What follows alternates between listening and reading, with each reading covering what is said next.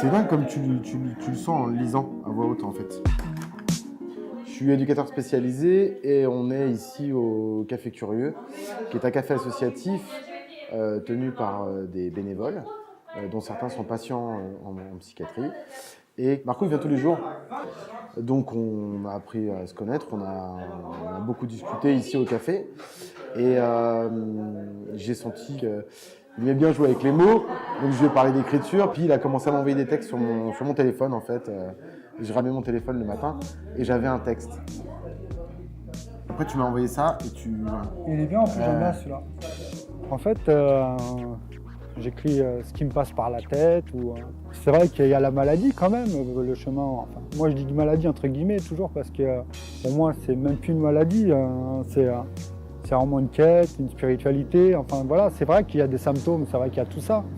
Mais j'écris sur ce que je vis, quoi, sur ce que je traverse, sur les extrêmes, et puis sur son identité, quoi, parce que ça m'aide à me situer aussi de temps en temps. Donc voilà, c'est des choses que j'écris sur le téléphone et que j'envoie par texto après à Antoine, quoi. Et là je mets un point ou pas? À la croisée, ouais. Ouais, après la croisée. Oui. Moi je cherche juste à ce que ce soit voilà, correctement ponctué, correctement, correct au niveau de la syntaxe, etc. pour vraiment bien restituer cette parole, avec dans l'idée d'en faire un recueil, parce que ce que raconte Marco à travers ses poèmes mérite d'être entendu.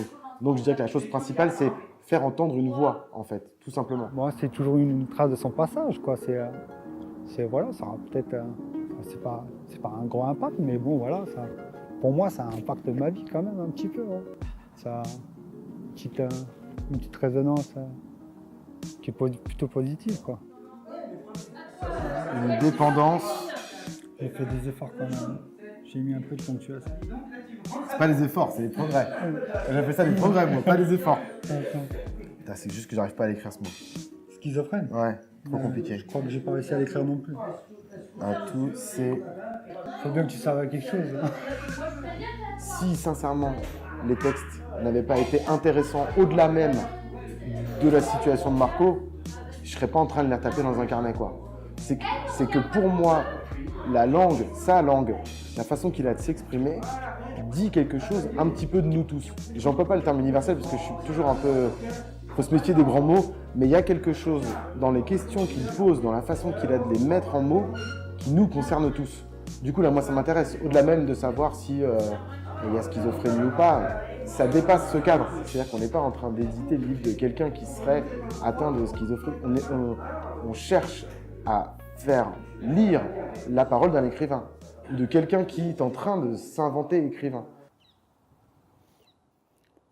L'écriture est son champ d'action, une contrebasse orchestrée. Sentir ce moment où l'inhabituel nous plonge dans un état civil, une permanence qui prend tout son temps et tous nos sommeils. À penser être, on songe à savoir. Inhaler ses passions absentes de mon corps, un temple désormais, et prier sa chaîne, un goutte à goutte de son plein à bout d'idées, une dictature d'un ordre soumis à une actualité de soi, l'échange standard à rentrer dans les normes, une recherche à l'usure. Voilà. Pourquoi tu l'aimes bien celui-là? Bah, je sais pas. En tout cas, moi, ça me parle, tout simplement. Donc, maintenant, je sais pas si ça parle à quelqu'un d'autre, mais je suis sûr qu'il y a quelqu'un qui est un peu connecté ou un petit peu comme moi. Je suis sûr que ça le touche, quoi, quelque part. Parce qu'il sait de quoi on parle, quoi.